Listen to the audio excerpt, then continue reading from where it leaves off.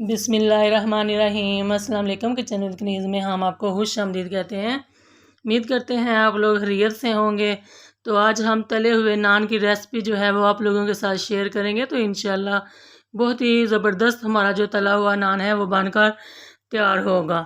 तो चलें रेसिपी बनाना हम स्टार्ट करते हैं, लेकिन आपने हमारी वीडियो को फुल वॉच करना है, कोई भी स्टेप आपने मिस नहीं करना, ताकि आपका जो तला हुआ नान है वो भी बहुत ही ज़बरदस्त बनकर तैयार हो। तो चलें रेसिपी हम बनाना स्टार्ट करते हैं। लेकिन अगर आप हमारे चैनल पर नए हैं तो प्लीज़ जल्दी से हमारे चैनल को सब्सक्राइब कर लीजिए। यहाँ पर मैंने एक बर्तन लिया है और ये मैंने बहुत ही छोटे साइज़ का प्याज, बिल्कुल छोटा सा प्याज लिया था, उसको मैंने इस तरीके से बिल्कुल छोटा छोटा काट लिया है।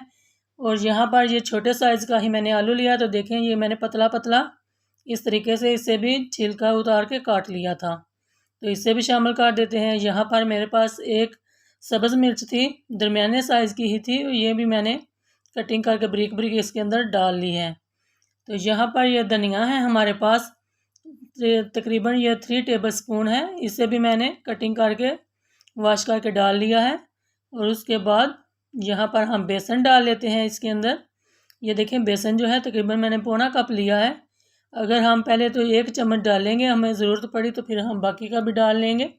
यहाँ पर 1 टीस्पून ये सुरख मिर्च का पाउडर है और 1 टीस्पून यहाँ पर कम जो है थोड़ा सा कुटी हुई लाल मिर्च है। और ये हाफ़ टी स्पून नमक है, हाफ़ टी स्पून से कम।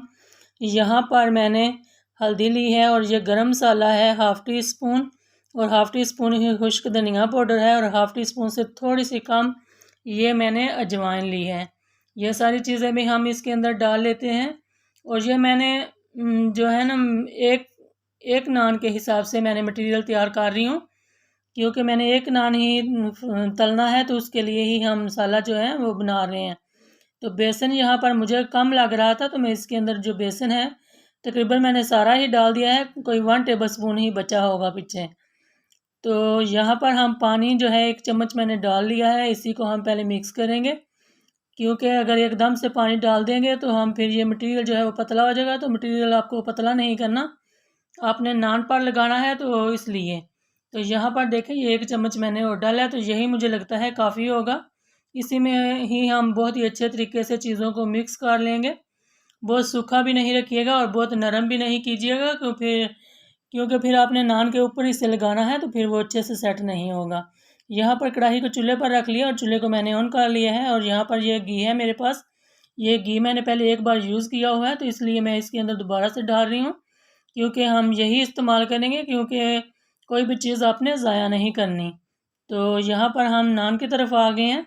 अब नान को छिंटा लगाकर पानी का अपने गीला कर लेना है। ऐसे बहुत ये मोटा नान है, तो इसे थोड़ा सा गीला कर लें, ताकि ये हमारा जो नान है अच्छे से फ्राई हो सके। तो दूसरी साइड पे भी मैं पानी वाला हाथ ही ऐसे लगा रही हूँ, बहुत ज़्यादा पानी नहीं लगाइएगा। अगर बहुत ज़्यादा भी पानी लग गया तो आपको पता है फिर नान जो है वो टूटना शुरू हो जाएगा। तो इस तरीके से आपने जो मटेरियल बना कर रखा हुआ था वो हाथ की मदद से उठाते जाएं, और इसके ऊपर जो है इस तरीके से आपने लगा लेना है, अच्छे से लेप कर लीजिएगा। ये बहुत ही बारीक बारीक आलू मैंने काटे हुए हैं, सारी चीज़ें बहुत ही बारीक काटी हुई हैं, तो कोई मसला नहीं है इनको पकने में, ये बहुत जल्दी बनकर तैयार हो जाएगा। तो बहुत ही ज़बरदस्त ये जो आपका नान है ये बनेगा। तो आप अपने घर में इसे ज़रूर ट्राई कीजिएगा। तो अच्छे तरीके से आप इनके किनारों पर भी लगा सकते हैं, जितना भी मटेरियल है आपने सारा ही लगा लेना है, ताकि बहुत ही ज़बरदस्त हमारा जो नान है वो बनकर तैयार हो। तो यहाँ पर हमने लगा लिया है, घी हमारा गर्म हो चुका है। तो अब हम इस नान को इस तरीके से इसके अंदर आपने सीधा डाल देना है, नान को उल्टा नहीं डालिएगा। मटेरियल साइड जो है वो आपने ऊपर की तरफ रखनी है, क्योंकि ये थोड़ी देर के लिए हम इसे पकने देंगे, तो फिर जो हीट से ये भी थोड़ा सा टाइट हो जाएगा, इसके ऊपर जो मटेरियल लगा हुआ है।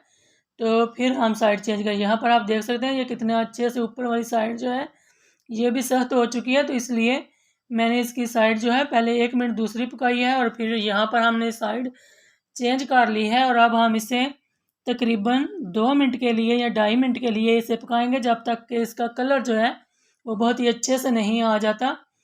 तो आप अपने घर में इसे ज़रूर बनाइएगा, ये बहुत ही आसानी के साथ बन जाती है रेसिपी।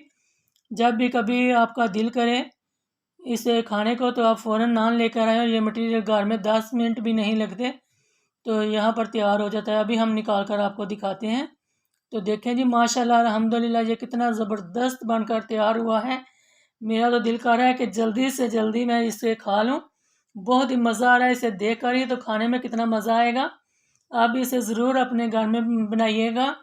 अगर आपको हमारी वीडियो अच्छे लगे तो इसे एक प्यारा सा कमेंट ज़रूर कीजिएगा कि आज की रेसिपी जो है वो आपको कैसी लगी। अगर रेसिपी अच्छी लगे तो आप इसे ज़्यादा से ज़्यादा शेयर करें, लाइक करें। हमारे चैनल को प्लीज़ ज़रूर सब्सक्राइब कीजिएगा। अपना बहुत सारा ख्याल रखिएगा, हमें दुआओं में याद रखिएगा। तो अगली वीडियो तक के लिए किचन विद कनीज़ को इजाज़त दीजिए। अल्लाह हाफ़िज़।